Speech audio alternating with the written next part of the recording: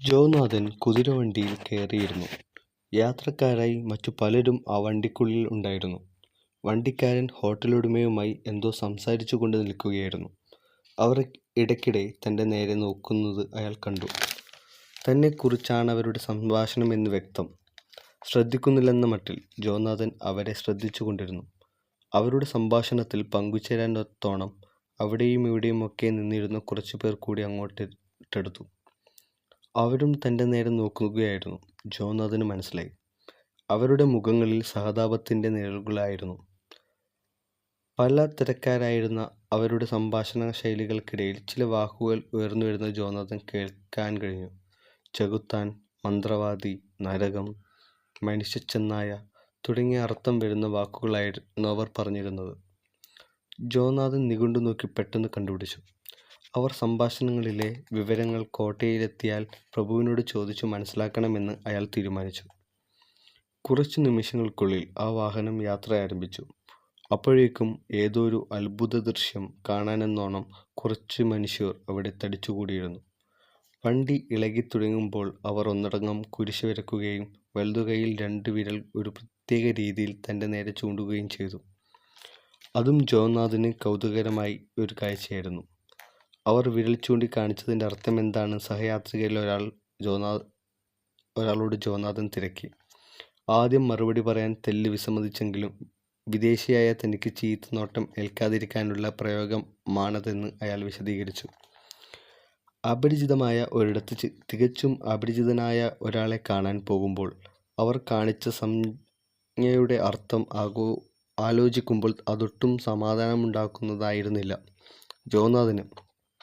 എങ്കിലും അവരെല്ലാം കണ്ട സ്നേഹഭാവവും മുഖത്തു വിഷാദഛായയും അദ്ദേഹത്തെ വല്ലാതെ സ്പർശിച്ചിരുന്നു. ഹോട്ടലിനു മുന്നിൽ കൂടിനിന്ന് കുരിശു വരച്ച ഒരു മനുഷ്യൻ്റെയും അവർ പിന്നിൽ ആ പശ്ചാത്തലമൊരുക്കി വളർന്നു നിന്നിരുന്ന മരങ്ങളുടെയും മനസ്സിലുണ്ടായിരുന്നു.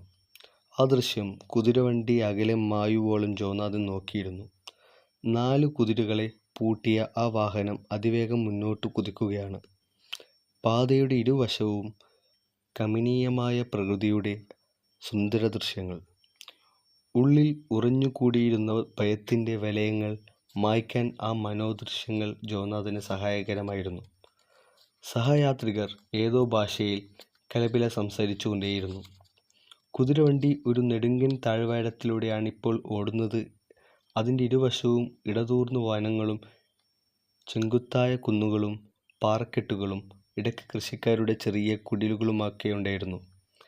ആപ്പിൾ, പൈൻ തുടങ്ങിയ ഫലങ്ങൾ കായ്ച്ചു കുലച്ചു നിൽക്കുന്ന തോട്ടങ്ങളുമുണ്ടായിരുന്നു. പലതരത്തിലുള്ള പൂക്കളും ഇലകളും പരവതാനിയെ പോലെ വിരിച്ച് കിടന്നിരുന്ന പാതയിലൂടെയാണിപ്പോൾ അവരുടെ യാത്ര. ജോനാഥൻ പുറത്തെ പ്രകൃതി ദൃശ്യങ്ങൾ കണ്ണിനിട്ടിരുന്നു. പച്ചച്ച മലകൾക്കിടയിലൂടെ ആ വഴി പൈൻ മരക്കാടുകൾക്ക് ഉള്ളിലേക്ക് കടന്നു പോകുന്നു. ഗട്ടറുകളും കുഴികളും നിറഞ്ഞ ആ പാതയിലൂടെ കുതിരവണ്ടി പറക്കുകയാണെന്ന് വണ്ണം പറയാൻ. അത്ര വേഗതയായിരുന്നു ആ വണ്ടിക്ക്. ആ തിരക്ക് അപ്പോഴെന്തിനായിരുന്നു എന്ന് ജോനാഥനൊട്ടും മനസ്സിലായില്ല. സമയമൊട്ടും കളയാതെ ബോർഗയിലെത്താനായിരിക്കണം ഡ്രൈവർ തിടുക്കം കൂട്ടുന്നത്. വേനൽക്കാലങ്ങളിൽ ആ പാത യാത്രയ്ക്കു നല്ലതാണെന്നും എന്നാൽ മഞ്ഞുകാലം കഴിഞ്ഞുകൊണ്ട് വേണ്ടത്ര നന്നല്ലെന്നും ഡ്രൈവർ പറഞ്ഞു. പച്ചപിടിച്ച മലകൾക്കപ്പുറം ഭയങ്കരമായ കാടുകളും താഴ്വാരങ്ങളും കാർപ്പേത്തിയൻ മലനിരകൾ വരെ നീണ്ടു കിടന്നിരുന്നു. അകലെ കാണുന്ന പാറക്കെട്ടുകളുടെ വിള്ളലുകൾക്കിടയിലൂടെ രജതരേഖകൾ പോലെ ചെറിയ അരുവികൾ താഴേക്കൊഴുകുന്നുണ്ടായിരുന്നു. ആ മലയുടെ താഴെക്കൂടി യാത്ര ചെയ്യുമ്പോൾ അതിൻ്റെ ഉച്ചിയിലേക്ക് കൈ ചൂണ്ടിക്കൊണ്ടൊരാൾ പറഞ്ഞു, "അതാ, അവിടെയാണ് ദൈവത്തിൻ്റെ ഇരിപ്പിടം." അയാൾ അവിടേക്ക് നോക്കി കുരിശ് വരയ്ക്കുകയും ഭക്തിയോടെ എന്തോ മന്ത്രിക്കുകയും ചെയ്തു. ആ വഴിയാത്രക്കിടയിൽ കണ്ട കാഴ്ചകൾ ജോനാഥന് എത്രയോ രസകരമായിരുന്നു. വൈകുന്നേരമായപ്പോൾ ആകാശത്തെ അസ്തമനത്തിൻ്റെ നിറം വീണ് ഓക്കുമരച്ചില്ലകളിൽ മഞ്ഞിൻ്റെ മുത്തുകൾ തിളങ്ങി. വാഹനം കയറാൻ തുടങ്ങുന്ന ചുരത്തിന് അതൊരു പുതിയ പരിവേഷം നൽകി. പൈൻ കാടുകൾക്കിടയിലൂടെ യാത്ര പുരോഗമിക്കുമ്പോൾ ഇരുട്ട് വീണ് കറുത്ത മരത്തിൻ്റെ നിഴലുകൾ ഭീതിയുടെ പാരവശ്യം വീണ്ടും മനസ്സിലും തിരികൊളുത്താൻ തുടങ്ങി. അതോടെ മറക്കാൻ തുടങ്ങിയ പകൽ സമയത്തെ സംഭവവികാസങ്ങൾ മനസ്സിൽ വീണ്ടും തളിർക്കാൻ തുടങ്ങി. ജോനാഥൻ വണ്ടിക്കുള്ളിൽ ഒന്നിളകിയിരുന്നു. ചിലയിടങ്ങളിൽ മലകളും പാർശ്വഭാഗങ്ങളും ചെങ്കുത്തായി കിടന്നിരുന്നതിനാൽ വണ്ടിക്കാരൻ നന്നേ കഷ്ടപ്പെട്ടാണ് വാഹനം തെളിച്ചിരുന്നത്. പഴയ വേഗത ആ വാഹനത്തിന് എപ്പോഴോ നഷ്ടമായിരുന്നു. കുറച്ചുനേരം ആളുകൾ ഇറങ്ങി നടക്കുകയും ഒപ്പം കുതിരകളെയും നടത്തിക്കാമെന്ന് ജോനാഥൻ പറഞ്ഞെങ്കിലും വണ്ടിക്കാരൻ കൂട്ടാക്കിയില്ല. ഇവിടെ ഇറങ്ങി നടന്നുകൂടാ, വാഹനത്തിൽ നിന്നിറങ്ങിയാൽ അപകടമാവും. ഇവിടെയുള്ള ചെന്നായ്ക്കൾ ഭീകരന്മാരും അതിക്രൂരന്മാരുമാണ്. വണ്ടിക്കാരൻ്റെ കണ്ണുകൾ പേടികൊണ്ട് തുറിച്ചിരുന്നു. അത് പറയുമ്പോൾ എന്നിട്ടയാൾ ഇത്രയും കൂടി കൂട്ടിച്ചേർക്കുകയും ചെയ്തു. രാത്രി ഇന്നുറങ്ങുന്നതിനു മുമ്പ് നിങ്ങൾക്കത് മനസ്സിലായിക്കൊള്ളും.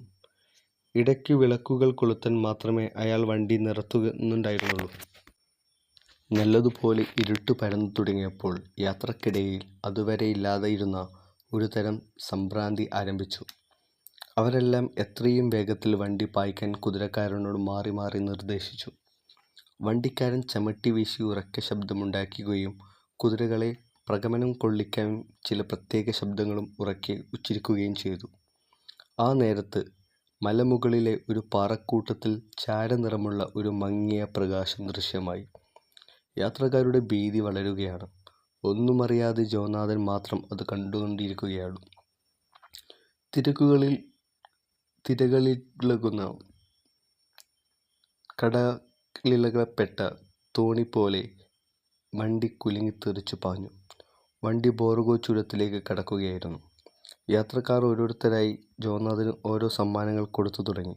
വേണ്ടെന്ന് പറഞ്ഞുവെങ്കിലും അവരുടെ നിഷ്കളങ്കതയ്ക്കു മുന്നിൽ അത് നിഷേധിക്കാനായില്ല. ജോനാഥൻ പെട്ടെന്ന് അദ്ദേഹത്തിൻ്റെ ഓർമ്മയിലെത്തിയത് ബ്രിസ്റ്റീസിലെ ഹോട്ടലിനു മുന്നിൽ കൂടിയ മനുഷ്യരുടെ പ്രവൃത്തി തന്നെയായിരുന്നു.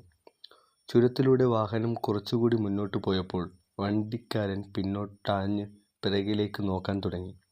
ഇരുവശങ്ങളിലെയും യാത്രക്കാരും ഭയഭ്രാന്തരായി തല പുറത്തേക്കിട്ട് എന്തോ സംഭ്രമജനകമായ ഒന്നിനെ പ്രതീക്ഷിച്ചെന്നോണം നോക്കാൻ ആരംഭിച്ചു.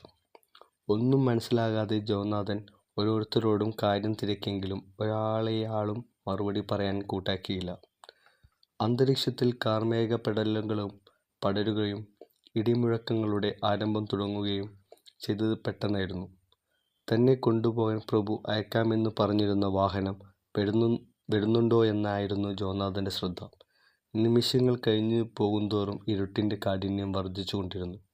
കറുത്തിരുണ്ട പാത വാഹനത്തിന് മുന്നിൽ നീണ്ടു നിവർന്നു കിടന്നിരുന്നത് കുറേ അകലത്തേക്ക് സൂക്ഷിച്ചു നോക്കിയാൽ കാണാമായിരുന്നു. പക്ഷേ അവിടെ മറ്റൊരു വാഹനത്തിൻ്റെ യാതൊരു ജ്ഞാനമുണ്ടായിരുന്നില്ല. വണ്ടിക്കാരൻ ചുറ്റുപാടും നോക്കി തിരിഞ്ഞ് ജോനാഥനോട് പറഞ്ഞു, "സാറിനെ കൊണ്ടുപോകാൻ ഇവിടെ വണ്ടിയൊന്നും കാണുന്നില്ലല്ലോ. സാറിനെ ആരും പ്രതീക്ഷിച്ചിട്ടില്ലെന്ന് സാരം. അതും ഒരു കണക്കിന് നന്നായി. സാറിപ്പോൾ ഈ വണ്ടിയിൽ ബുക്കോവിനയിലേക്ക് പോരൂ. നാളെയോ മറ്റന്നാളോ മടങ്ങാം. നാളെ കഴിഞ്ഞാവുന്നതായിരിക്കും നല്ലത്." അയാൾക്കെന്തെങ്കിലും മറുപടി കൊടുക്കാൻ നാവെടുക്കും മുമ്പേ കുതിരകൾ വിരളുകയും എന്തോ കണ്ട് ഭയന്ന മട്ടിൽ ചിനയ്ക്കുകയും ചെയ്തു. ആ നേരത്ത് സഹയാത്രികൻ ഭയസംഭ്രമങ്ങളോടെ ഒച്ചവെക്കുകയും തുടരെ കുരിശുവച്ച് പ്രാർത്ഥിക്കുകയും ചെയ്യുന്നതിനിടയിൽ 4 കുതിരകളെ പൂട്ടിയ ഒരു വണ്ടി മിന്നൽ വേഗത്തിൽ ആദ്യത്തെ വണ്ടിയുടെ പിന്നിലെത്തി. അത് അവിടെ നിന്നും അതിവേഗം മറ്റേ വണ്ടിയുടെ ഒപ്പമെത്തി. ആദ്യത്തെ വണ്ടിയിലെ വിളക്കിൻ്റെ വെളിച്ചത്തിൽ വന്നുനിന്ന വണ്ടിയുടെ ഭയങ്കരമായ കറുത്ത കുതിരകളെയും ആ വാഹനം തെളിച്ചിരുന്ന നീണ്ടുയർന്ന മെലിഞ്ഞ മനുഷ്യനെയും ജോനാഥൻ കണ്ടു. കൂർത്ത ചെമ്പിച്ച താടിയും കറുത്തു പരന്ന തൊപ്പിയും അയാൾക്കുണ്ടായിരുന്നു. വെളിച്ചത്തിൻ്റെ നേരിയ പാളികളെ ഉണ്ടായിരുന്നുള്ളൂ അവിടെ. അതുകൊണ്ട് തന്നെ അയാളുടെ മുഖം ശരിക്കും കാണാൻ കഴിഞ്ഞില്ല. കനൽ പോലെ തിളങ്ങുന്ന 2 കണ്ണുകൾ മാത്രം ഒറ്റനോട്ടത്തിൽ മനസ്സിൽ പതിഞ്ഞു. "നീ ഇന്ന് വളരെ നേരത്തെ എത്തിയല്ലോ സുഹൃത്തേ?" പുതുതായി വന്ന വണ്ടിക്കാരൻ ചോദിച്ചു. ഇദ്ദേഹം കുറച്ച് ധൃതിയിലായിരുന്നു. വിറയ്ക്കുന്ന സ്വരത്തോടെ ആദ്യത്തെ വണ്ടിക്കാരൻ പറഞ്ഞു, അതുകൊണ്ടാണ് അദ്ദേഹത്തെ നീ ബുക്കോവിനയിലേക്ക് കൊണ്ടുപോകാൻ ശ്രമിച്ചത്. നിനക്കെന്നെ കബളിപ്പിക്കാൻ കഴിയില്ല. ഞാനെല്ലാം അറിയുന്നുണ്ട്. എൻ്റെ കുതിരകൾക്ക് വേഗതയും കൂടുതലുണ്ട്. അയാൾ അത് പറഞ്ഞിട്ട് ഉറക്കെ ചിരിച്ചു. അപ്പോൾ ഒരു പാളിച്ചിനിടയിൽ ഒരു വണ്ടിക്കാരൻ്റെ ചോര നിറമുള്ള ചുണ്ടുകളും ആനക്കൊമ്പുപോലെ വെളുത്ത കൂർത്ത പല്ലുകളും ജോനാഥൻ കണ്ടു. മരിച്ചവർ വളരെ വേഗം സഞ്ചരിക്കും, സഹയാത്രികളെ ഒരുവൻ മന്ത്രിച്ചത് ജോനാഥൻ കേട്ടു. അത് കേട്ട വണ്ടിക്കാരൻ ചെറുതായി ഒന്ന് പുഞ്ചിരിച്ചു.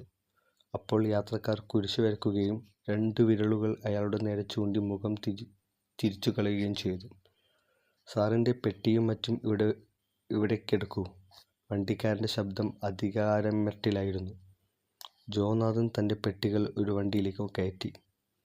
പിന്നെ വന്ന വണ്ടിയിൽ നിന്നിറങ്ങി പുതുതായി എത്തിയ വാഹനത്തിൽ കയറി. വാഹനത്തിലേക്ക് കയറാൻ ജോനാഥനെ കൈപിടിച്ച് സഹായിച്ചത് ആ വണ്ടിക്കാരനായിരുന്നു.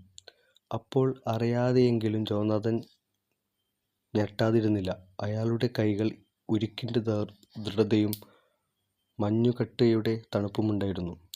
ഒരക്ഷരം പോലും ശബ്ദിക്കാതെ അയാൾ ചമ്മട്ടിയെടുത്ത് വീശി. ഉരുൾത്തുരുത്തിലൂടെ ചുരത്തിലേക്ക് ഇടിമിന്നൽ വേഗത്തിൽ ആ വാഹനം ഓടിത്തുടങ്ങി. ജോനാഥൻ കയറി വന്ന വാഹനം പിന്നിലൊരു പൊട്ടുപോലെ ചെറുതായി. അതിലെ യാത്രക്കാരൻ അപ്പോഴും കുരിശ് വരയ്ക്കുകയായിരുന്നു.